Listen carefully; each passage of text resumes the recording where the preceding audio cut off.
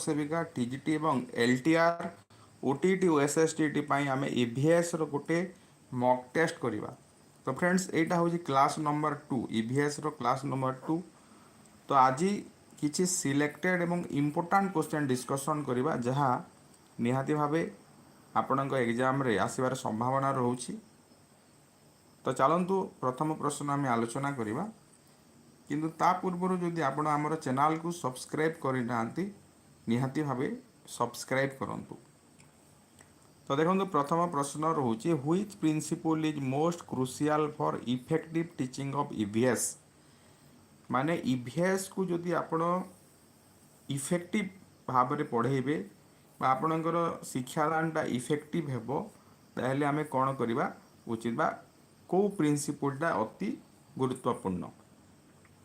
EVS को effective करिवा पाई ईवीएस टीचिंग को इफेक्टिव करिवा पाई केउ प्रिंसिपलटा गुरुत्वपूर्ण। Teacher center learning, learning link to real life experience, learning link to real life experience माने रियल लाइफ एक्सपीरियंस जो पिला पाउची जहाँ शिक्षा दिया जाउची ताहेले सेटा इफेक्टिव हेबो। इन EVS the project method primarily develop which skill? In EVS project method primarily develop which skill? मेथडा केउ स्किलटा डेवलप करि थाए पिलार केउ स्किल से डेवलप करिवो प्रोजेक्ट मेथड। प्रोजेक्ट मेथड केउ स्किल डेवलप करिवो dictation ability, analytical and problem solving, कौन हम निहाती भावे देख डिक्टेशन एबिलिटी माने तो आम काली पढ़ी शिक्षक जदि डाकिबे ताहले पिला लेखिबो सेटा हो डिक्टेशन। प्रोजेक्ट मेथड रे पिलार कौन हेबो ना एनालिटिकल माने एनालिटिकल थिंकिंग आसीबो एवं प्रॉब्लम सॉल्विंग स्किल आसीबो हैला समस्या समाधान करिवार दक्षता आसीबो।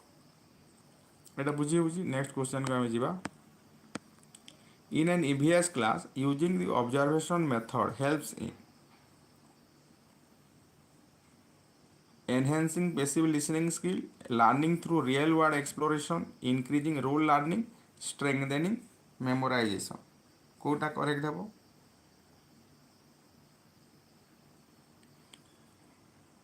In an EVS class, using माने पर्यवेक्षण पद्धति रे जदि पढ़ा गला पिलार कोन हेबो? पिला पर्यवेक्षण करिवो learning through real world exploration. Explore करिवो पिला कोन करिवो ना एक्सप्लोर करिवो हैला से निजे एक्सप्लोर करिके मने करो तुम पाखरे तुम गाँ पाखरे कि तुम स्कूल पाखरे कि तुम जोटी रोच से पाखरे गोटे दर्शनीय स्थान अच्छी है दर्शनीय स्थान अच्छी तुम से शुणीच तमें जदि से जगह को जाकि देखो ताहले तुम नुआ नुआ किसी तथ्य कौन कर डिस्कवर कर कि नहीं एक्सप्लोर कर कि नहीं। तो सेटा माने ऑब्जर्वेशन मेथड से भाया हुए। A theme based approach to EVS mainly focus on isolated teaching of topics, integrated concept from multiple subject around a theme, reading text book only, completing chapters quickly. Theme based कॉन्सेप्टा कौन बा theme based कॉन्सेप्टा तुमर EVS रे कौन हम आमे काली पढ़ी दिले गोटे टॉपिक थिबो हैला आउ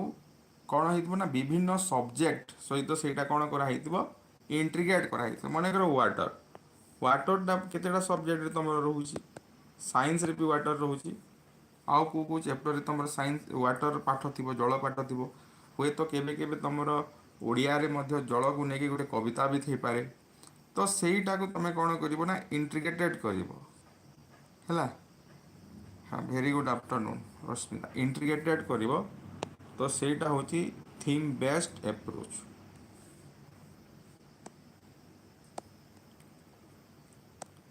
which of the following an example of an activity based approach in EVS। ए भितर कोटा तुमरो EVS रे गोटे activity based approach. Activity based approach को ओडिया रे कोन कहिबा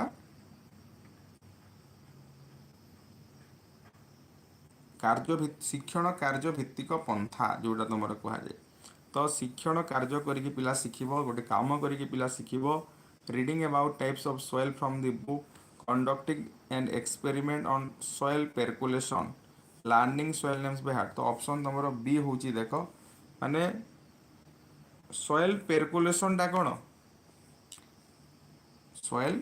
पेरकुलेशन सेटा से कोन करिवो ना एक्सपेरिमेंट करिकी शिखिबो सेटा होची तुमरो एक्टिविटी बेस्ड मेथड हला बुझियो कि नहीं बुझी पारछो। तो जो माने लाइक करिना आ सब्सक्राइब करिना हो निहाती भाबे टिके सब्सक्राइब करिवो हला। सॉइल पेरकुलेशन टा कोन तुम जानिछो कि नहीं सॉइल पेरकुलेशन तुमरो जोटा होची तुमरो जो सॉइल थिबो सॉइल रे जदी पानी पकाइबो माने सॉइल एटा अछि एटी जदी पानी पका गला ताले से पानी टा कोन हेबो तुमरो से पानीटा तल को जीवो कि नहीं तलटा जो पानीटा जो तल को जीवो सेटा होची सॉइल पेरकुलेशन हैला। सॉइल रे सेटा फिल्टर हेकी आगो को आगो बढ़िबो सॉइल रे जो पोर गुडाक थिबो कोणा गुडाक थिबो सेई कोणा देकी से जीवो। Which tool is most effective for diagnosing student misconception in EVS पिला जदि मिसकनसेप्शन किसी अच्छी भूल बुझामणा जदि किसी अच्छी भूल बुझी ताहेले कौन करबा दीनबंधु नमस्कार आमे कौन मिसकनसेप्शन माने बुझी होची भूल बुझी जाइतिबो तो सेटा जानिबा पय आमे कौन को असेसमेंट कर आमे डायग्नोस्टिक टेस्ट करबा हला डायग्नोस्टिक टेस्ट करबा बुझी होला कि ईवीएस रे तमरो अनेकर वायुमंडल ईवीएस रे थिबो तमर वायुमंडल विषय अच्छी किंतु से पिला बुझुची अलगा तो सेटा जानिबा पय आमे डायग्नोस्टिक टेस्ट करि पारिबा। Which technique in EVS evaluation record student progress over time which technique तमरो असेसमेंट इवैल्यूएशन सब थेरे आसीबो हैला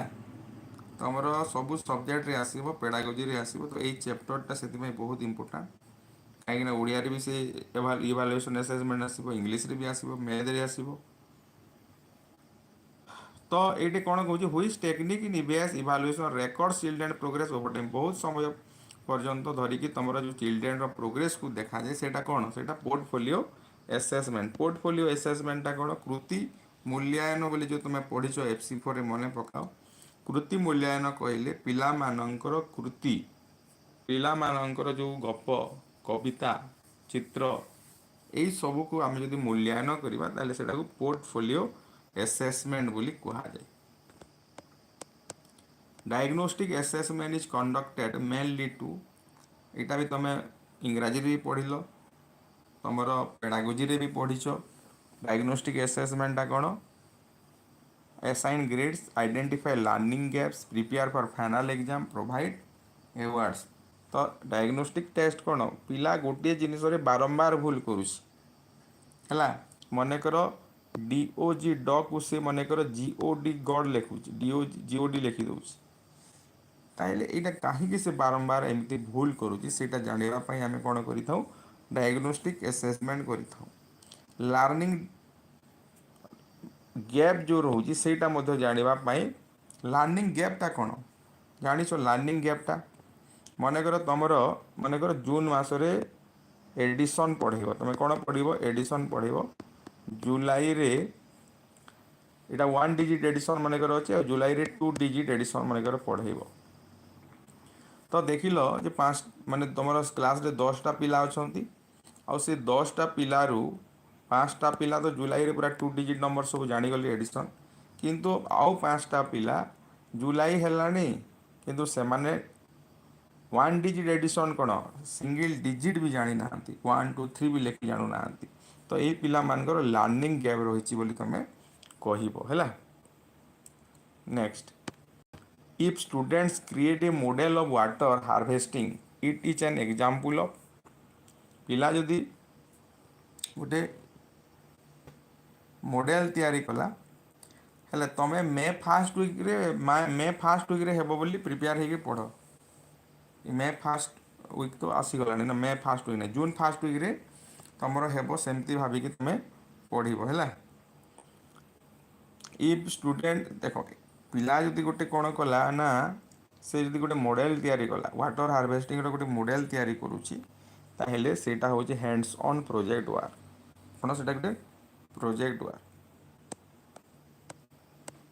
ए major objective of EVS education is कहीं आम ईवीएस पढ़ेगा पिला तार ऑब्जेक्टिवटा कौन तार उद्देश्य कौन रोचे make children memorise environmental facts create environmental awareness and responsibility, cover maximum syllabus quickly, prepare for competitive exam only। तो यहाँ बुझी हो मेजर ईवीएस पढ़ार उद्देश्य है पिला को कौन करवा ना परिवेश सचेतन करवा परिवेश सहित से जमी सचेतन हो परिवेश सचेतनता सृष्टि करवा एवं परिवेश प्रति तार दायित्व से ठीक भाव संपन्न करटा आम पिला को पढ़ेबा है। देख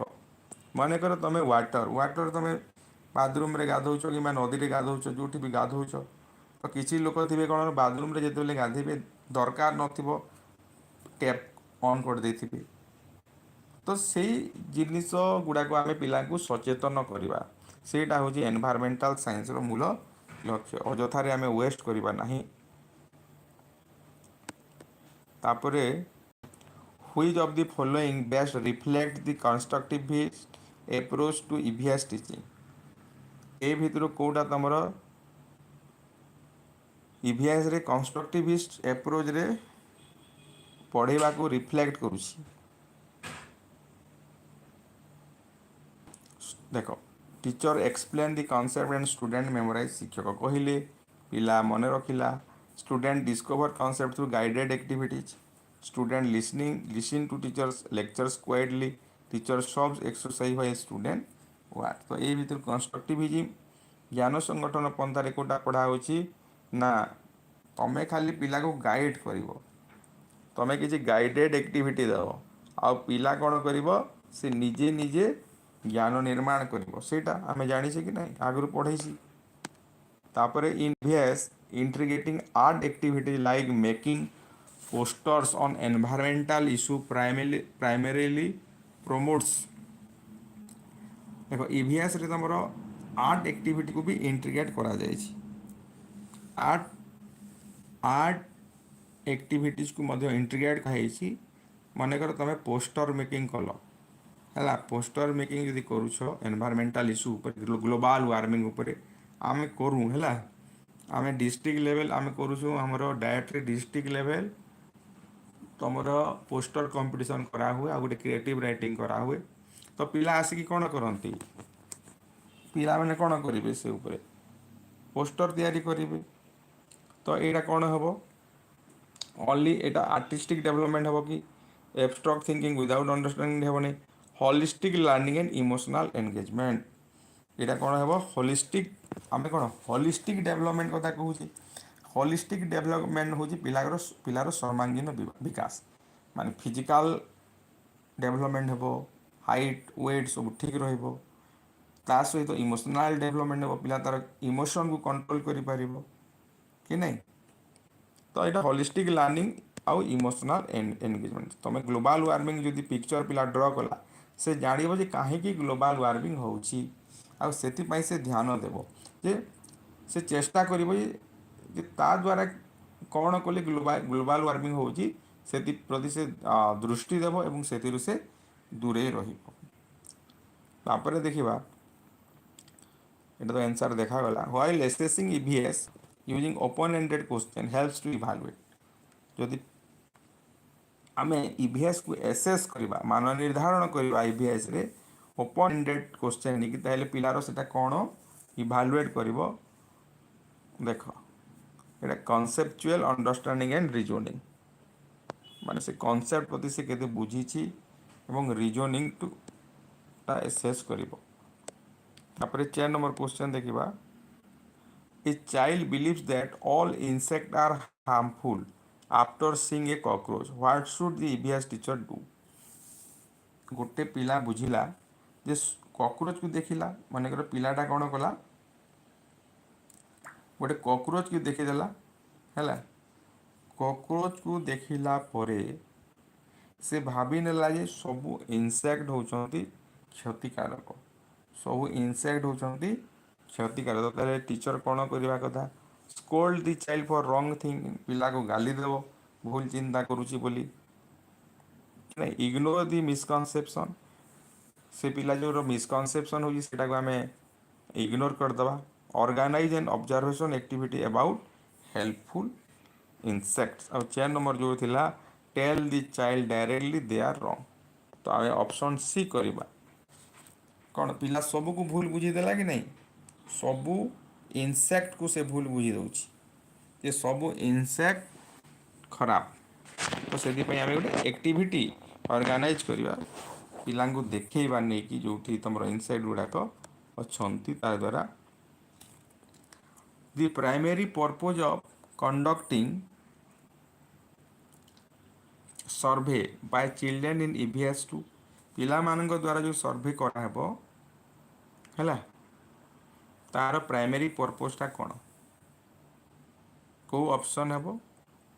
आ जो मैंने प्रीवियस वीडियो देखी समस्ते प्रीवियस वीडियो देखुच तो जहाँ भी क्लास कराई सब प्रैक्टिस करूछ तो बारंबार देख वीडियो को बारंबार देखिले तुमर क्लारिटी आसो है। आउ तुम स्पीड बढ़िबो, क्वेश्चन करिवार स्पीड बढ़िबो। आमे सब क्वेश्चन जानी थाऊ किंतु आमे यदि स्लो करिबा ताले आमे पछरे पड़िबा। जो पिला स्पीड करिवो से सक्सेस हेबो, सेटा भी गोटे जिनिस। सेति पई गोटे जिनिस को आमे बारंबार प्रैक्टिस कले आमे सफलता पाइबा। तो ये कौन हम जब सर्वे कर पिला एक्सपीरियंस ज्ञान कर रियल वर्ल्ड विषय है आ सोसाइटी जो इश्यू गुड़ाक रही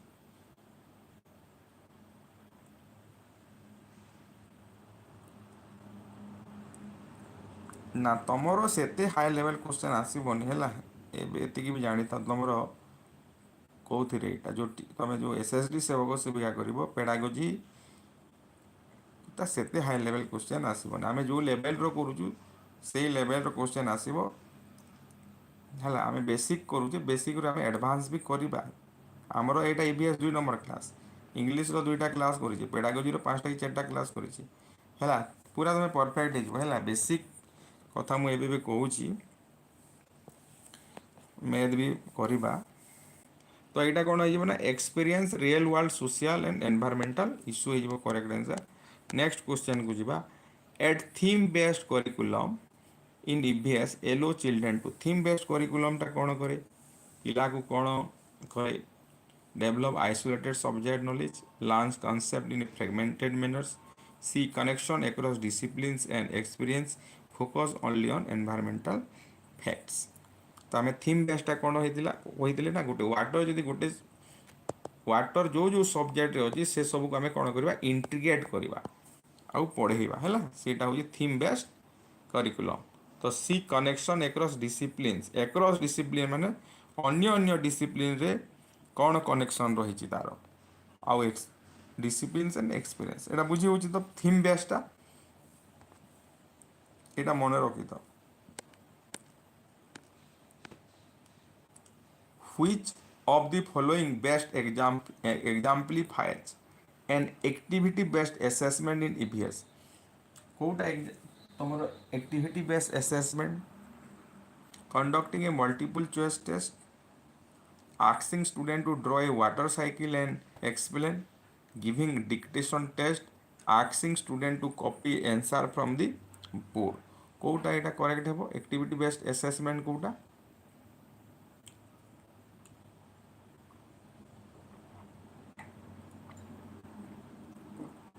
देख आम एक्टिविटी बेस्ड टीचिंग कथा कहूचे, आम शिक्षक कौन करेंगे ना एक्टिविटी करके पिला को पढ़ेबे। तो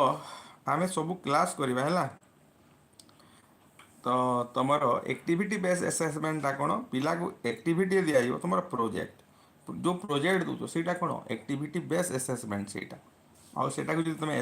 प्रोजेक्ट देल असेसमेंट कल सेटा हूँ एक्टिविटी बेस्ड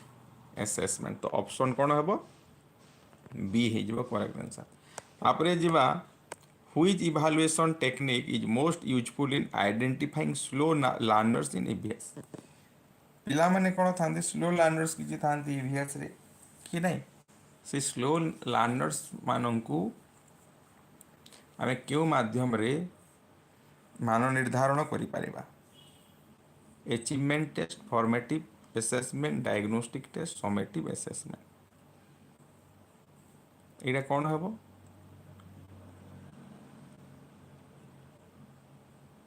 स्लो लर्नर्स मान को आमे केमिति करि परिबा तमे डायग्नोस्टिक टेस्ट माध्यम रे स्लो लर्नर्स मान को जानि परिबो इन EVS encouraging children to make concept maps mainly help in पिला यदि कॉन्सेप्ट मैप तैयारी करूछि पढ़ेइलो तार गोटे मैप तैयारी कला कॉन्सेप्ट मैप माने बुझी पारुछ कि नहीं तमरो नाउन माने करे पढ़ेइलो नाउन रो कॉन्सेप्ट मैप बोले कोन हेबो नाउन तापर नाउन तो गोटे पिक्चर एटी एमिति करा जिवो पांचटा करिवो पांच प्रकार नाउन अछि हला proper noun common noun abstract noun collective noun material noun एटा अछि कि नहीं तापर प्रॉपर नाउन नेम एटा जो चित्र जो कॉन्सेप्ट मैप करले पिलार कोन हेबो developing organisational and critical thinking skill माने के से ऑर्गेनाइज करिवो सबु जहाँ से जानिथिबो से सबु को ठीक भाबे ऑर्गेनाइज करिवो हला देखो तमे तमे जहाँ जानिचो तम सांग भी सेया जानिछि किंतु जोड़े जदि लॉन्ग क्वेश्चन दिया जो जोड़े 6 मार्क आनिबो आ जोड़े 3 मार्क काहे कि आने कहीं जे 6 मार्क आनिबो से केमिति से जिनिस को ऑर्गेनाइज करा जिवो केमिति ऑर्गेनाइज करके लेखा जिवो से जानिछि तो एई भलिया काम करले पिलार ऑर्गेनाइजेशनल स्किल ता डेवलप हेता a major goal of EVS is to help learners हला a major goal of EVS to help learners पिला हेल्प कोन करिवो मेजर गोल कोन EVS रो score high marks in exam develop an analytical understanding of the environment एटा बुझी होची major goal होची अरे एनवायरनमेंट ऊपर से तार भल भाबे अंडरस्टैंडिंग आसीबो एनालिटिकल अंडरस्टैंडिंग आसीबो हैला तापरे नेक्स्ट जीवा which of the following best reflects the constructivist approach to EVS teaching एटा मैं एक क्वेश्चन टा करली कि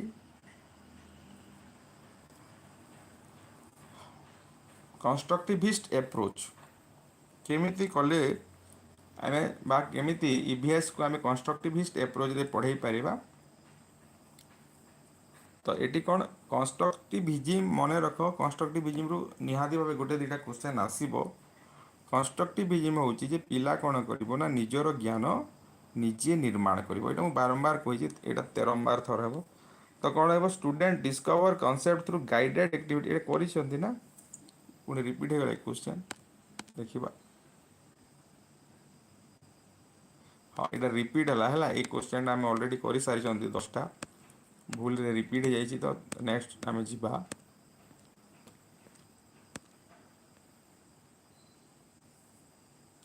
एटा भी करि छथि 10 नंबर 11 नंबर हाँ एक क्वेश्चन देखिबा इन EVS formative assessment is most effective when it is EVS रे formative assessment केते बेले इफेक्टिव हेबो conducted only at the end of a term done informally and continuously during learning based solely on written test focus on ranking student तो आमे कोन करबा देखो एठी गोटे वर्ड आसला डन इनफॉर्मली फॉर्मली और इनफॉर्मली कोन फॉर्मली को ओडिया रे औपचारिक भाव रे कहै औपचारिकता फॉर्मली हला आ इनफॉर्मली हला अनौपचारिकता फॉर्मेटिव असेसमेंट रो किछि गुण अछि किछि कैरेक्टरिस्टिक अछि गोटे हला कोन है सेटा अनौपचारिकता अनौपचारिकता इनफॉर्मली जोटा अनौपचारिकता कोन ता पूर्व औपचारिकता में जानिबा तमे जेते बेले एनुअल एग्जाम दियो तो कौन करा जाए ना पिलांकु रोल नंबर दिया जिवो 1 2 3 4 करिकी किए केउं जगह रे बसिबो फिक्स्ड करा जाए हैला केते समय परीक्षा हो 2 घंटा सेटा फिक्स्ड करा जाए किंबा अध घंटा सेटा फिक्स्ड करा जाए इनविजिलेटर रहिबो कोठू क्वेश्चन आसीबो सेटा फिक्स्ड करा जाए सेटा हो औपचारिकता किंतु फॉर्मेटिव असेसमेंट कोन शिक्षक आसिले क्लास को चाहिए ना आज मु गोटे टेस्ट करदेवी करदेली जे जोठी बसी बसी है सेटा हूँ इनफॉर्माली समयर निर्दिष्टता ना केउ दिन 20 मिनिट हो पारे केउ दिन 25 मिनिट हो पारे केउ दिन 10 मिनिट भी हो पारे तो सेटा हूँ इनफॉर्मेटिव असेसमेंटा done informally and continuously during learning बुझीगला यहाँ ना इनफॉर्माली माने बिना इनफॉर्म रे नुह सेटा इनफॉर्माली रो मीनिंग होची सेटा अनौपचारिक ढंग रे करा जीवो a survey on modes of transportation used by student mainly develop देख पिला कौन कल ना सर्वे करने कहल आउ मोड्स ऑन ट्रांसपोर्टेशन उपरे सर्वे करने कहल मेमोरा तो कौन डेभलप हेबो memorisation skill analytical skill and data interpretation note कॉपिंग habit listening skill only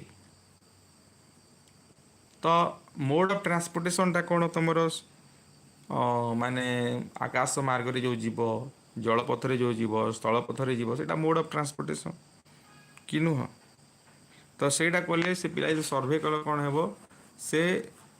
सेटा एनालिसिस करिवो डाटा कलेक्शन करिवो आ सेटा एनालिसिस करिवो एवं डाटा को इंटरप्रिटेशन करिवो तो ऑप्शन बी हे जीवो correct answer in project based EVS learning the teacher's role should be primarily as तुम यदि EVS को प्रोजेक्ट बेस्ड माध्यम रे पढ़ेइबो ताले टीचर रोल कोन हेबो controller of activities passive observer facilitator and guide distributor of worksheet एटा बुझी होउची टीचर दायित्वटा निहाती भाव कौन है फैसिलिटेटर एंड गाइड शिक्षक सहायक भूमिका अवतीर्ण हे मार्गदर्शक भूमिका अवतीर्ण हे फैसिलिटेटर माने कौन सहायक गाइड माने होची मार्गदर्शक which method is most appropriate to teach source of water in EVS to a grade 4 class तो यही भितर कोटा बेटर मेथड बेस्ट मेथड ये पिला को आम सोर्स ऑफ वाटर पढ़ेगा जलर उत्स कौटू कौटू तुम जल पाइब से 4 क्लास पिला पढ़ाई dictation of names memorising textbook organising field trip to nearby water पढ़ी यहाँ बुझीगला जे सोर्स ऑफ वाटर जब पढ़ाऊच ताहले क्यों क्यों जगह वाटर अच्छी से तुम पिला नहीं देखब है से ऑप्शन कौन हो सी हो तो जो मैंने सी कर बहुत बढ़िया जो मैंने डी कर भी बहुत बढ़िया है डी जो मैंने कर तुम धीरे धीरे सेमती आसीज कॉन्फिडेंस आसीज करेक्ट भी कर the primary aim of using anecdotal records in EVS class EVS assessment जो घटनावली विवरणी आम व्यवहार करूँ ईवीएस असेसमेंट पाई ईवीएस रो मान निर्धारण पाई तार मुख्य उद्देश्य कौन record students physical health track children's behavior and social development during learning activities तो यहाँ बुझी हो घटनावली विवरणी रे कौन करा जाए ना घटना गुड़ी को लिपिबद्ध करा जाए कहार घटना पिलार घटना क्यों घटना गुरुत्वपूर्ण घटना सबू कथा को तुम लिख कि पिलाटी गला तार बुट खोलिला सेठी खेलिला खेलिकी आसिक पुणी बुट पिंधिला बुट्रे मैला थिला सेटा को सफा कला सेटा आम लिखा कि ना जोटा इम्पोर्टाट गुरुत्वपूर्ण से घटना खाली लेखा जाए तो से घटनावली विवरणी कौन कर पिलार बिहेवियर को तुम ट्रैक कर ऑप्शन बी हो correct answer next 16 number question which of the following activities in EVS encourage critical thinking को एक्टिविटीटा क्रिटिकल थिंकिंग को तुमर कौन करे एनकरेज करुच्ची मुटा है समस्ते लाइक कमेंट शेयर करूछ तो क्रिटिकल थिंकिंग टा कौन जे क्रिटिकल थिंकिंग होची गोटे प्रोसेस देखो critical thinking is the process of analysing facts evidence observation and arguments to form a sound judgement और कनक्लूजन माने गोटे जजमेंट को आसवा पूर्वर गोटे कनक्लूजन देवा पूर्वर पिला कौन कर सब तथ्य को घांटब फैक्ट को देखिब एविडेंस को देखिब ऑब्जर्व कर शेष में सत्य पहुँच से क्रिटिकल थिंकिंग मुझे कहीदेली जे 4+2 = 6 बा जुग्म संख्यार जोगफल गोटे जुग्म संख्या तो से टेस्ट कर देख 8 गोटे जुग्म संख्या 10 गोटे जुग्म संख्या 18 ओह ताले एटा गोटे जुग्म संख्या है पुणी 12 गोटे जुग्म संख्या 18 गोटे जुग्म संख्या मिसेला 30 है यहाँ भी गोटे जुग्म संख्या एमती से कौन कर एविडेंस को देखिब फैक्ट को देखिब एवं जदि गोटे कनक्लूजन ड्र कला सत्यतार पहुँचला सेटा हूँ तुम क्रिटिकल थिंकिंग आ मु कहीदेली जे जुग्म संख्यार जोगफल गोटे अजुग्म संख्या से जब मानि नहीं गला ताले से क्रिटिकल थिंकिंग करूना तो ये कौन है which of the following activities in EVS encourage critical कोटा है debating on should we cut trees for construction memorising definition तो ऑप्शन सी है करेक्ट आंसर गोटे आम माने डिबेट करवा जे आमर कंस्ट्रक्शन पे रोड रास्ता तैयारी घर तैयारी सरकारी ऑफिस तैयारी सरकारी आउ कोठाबाड़ी तैयारी आम गछ गुड़ाक काटिबा उचित कि यहीटा जदि देबा ताहेले पिला कौन कर किछि लोक हाँ कहे किछि पिला ना कहे जो पिला माने हाँ कहे ना गछ गुड़ाक काटिबा से माने तथ्य प्रदान करेंगे एविडेंस देवे तुमको प्रूफ देवे जे कहीं गछ काटिबा आउ जो मैंने गछ काटिबानी कहे कहीं से माने गछ काटिबानी सेटा कहे तो यहीटा जदि करूछ ताहेले क्रिटिकल थिंकिंगटा डेभलप हेबो 17 नंबर क्वेश्चन आम करवा the best way to address the diverse learning needs for children in EVS diverse learning needs माने कौन जो तुम विभिन्न वर्गर शिक्षार्थी थे से आवश्यकता को देखी जो शिक्षण करा तो सेटा को आम केमी एड्रेस करवा कोटा हे plan multiple activities catering to different learning style जो जो भिन्न भिन्न रही लर्निंग शिक्षण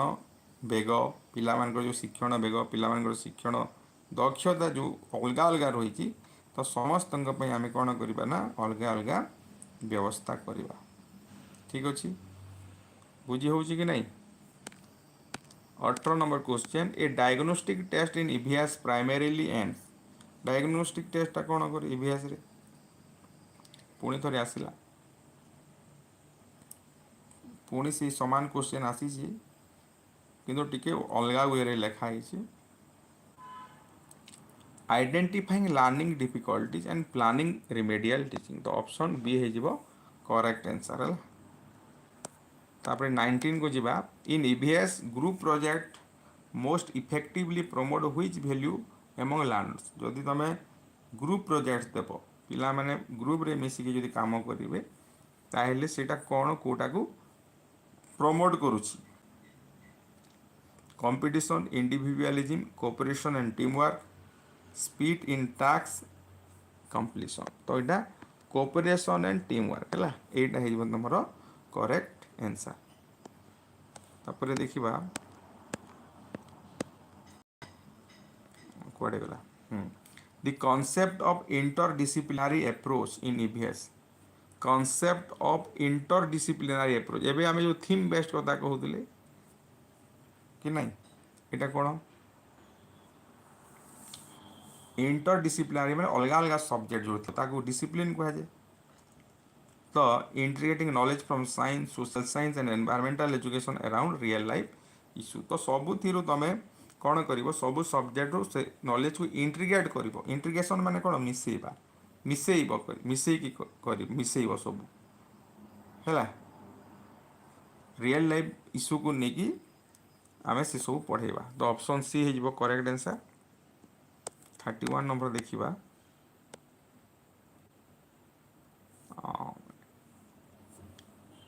एटा पुणी समान क्वेश्चन आस लगी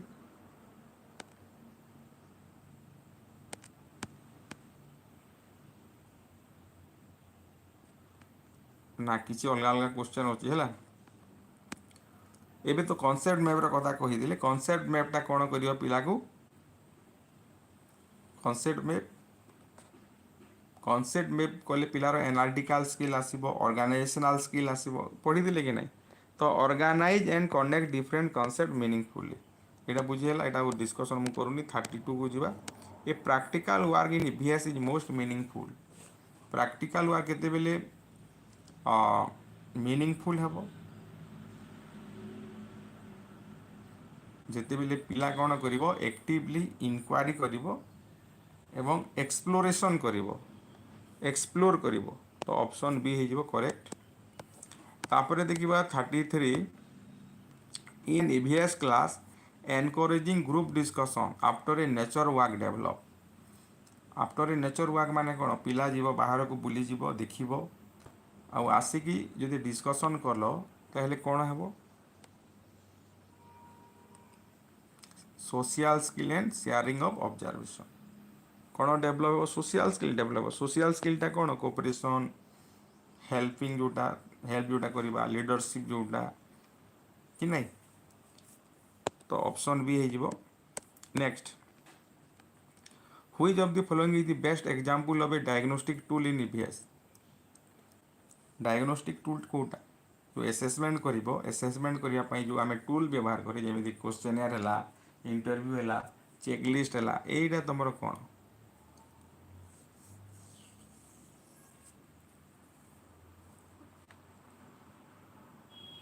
तो यहाँ तुम ऑप्शन भी remedial worksheet based on learning gap. Learning gap को आधार करी तुम जो वर्कशीट करुच सेटा जदि देव सेटा को आम डायग्नोस्टिक टूल कहि परिबा। A key aim of environmental study at the primary level. Primary level रे एनवायरमेंटल स्टडी करिवार मुख्य उद्देश्य कौन, कौन हम यहाँ कह।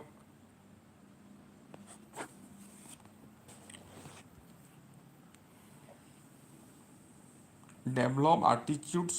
values and skill for environmental conservation।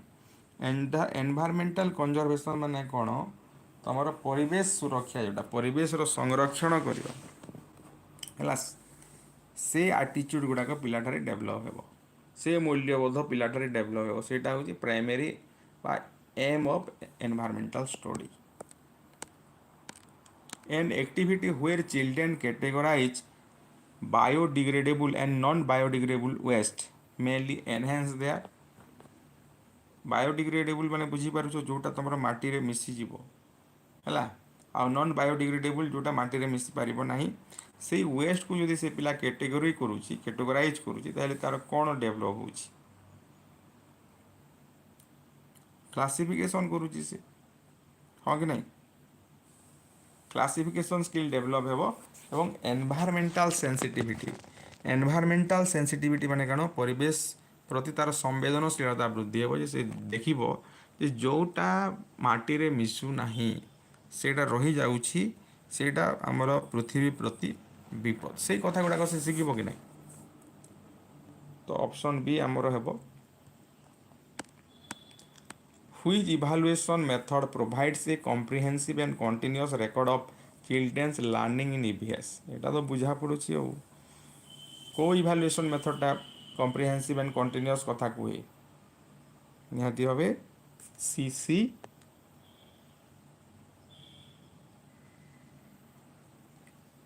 CCE। तापरे देखिबा 38, in the context of EVS learning activity based learning emphasise. पुणी थे से एक्टिविटी बेस्ड कथा आसला। तो एक्टिविटी बेस्ड रे कौन हुए, पिला डिस्कवरी करिवो, एक्सपीरियंस करिवो एंड रिफ्लेक्शन मध्य करिवो। ठीक अच्छे। Next 39 number question, when children are asked to suggest way to conserve water in their homes it mainly builds. पिला मानकु सजेशन दियागला, प्रस्ताव दियागला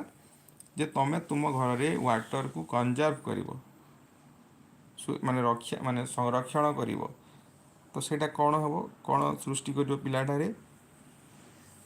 सेटा critical thinking and real life application skill. ठीक अच्छे, ऑप्शन बी हो करेक्ट आंसर।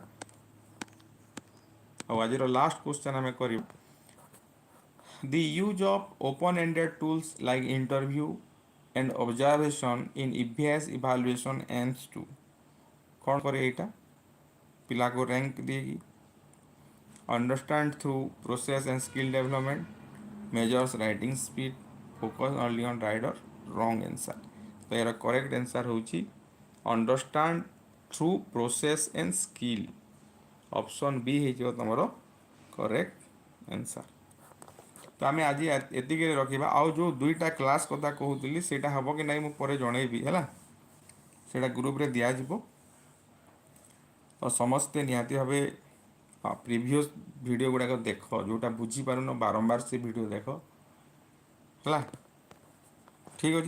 अच्छे माने एतिक रहा समस्त को धन्यवाद।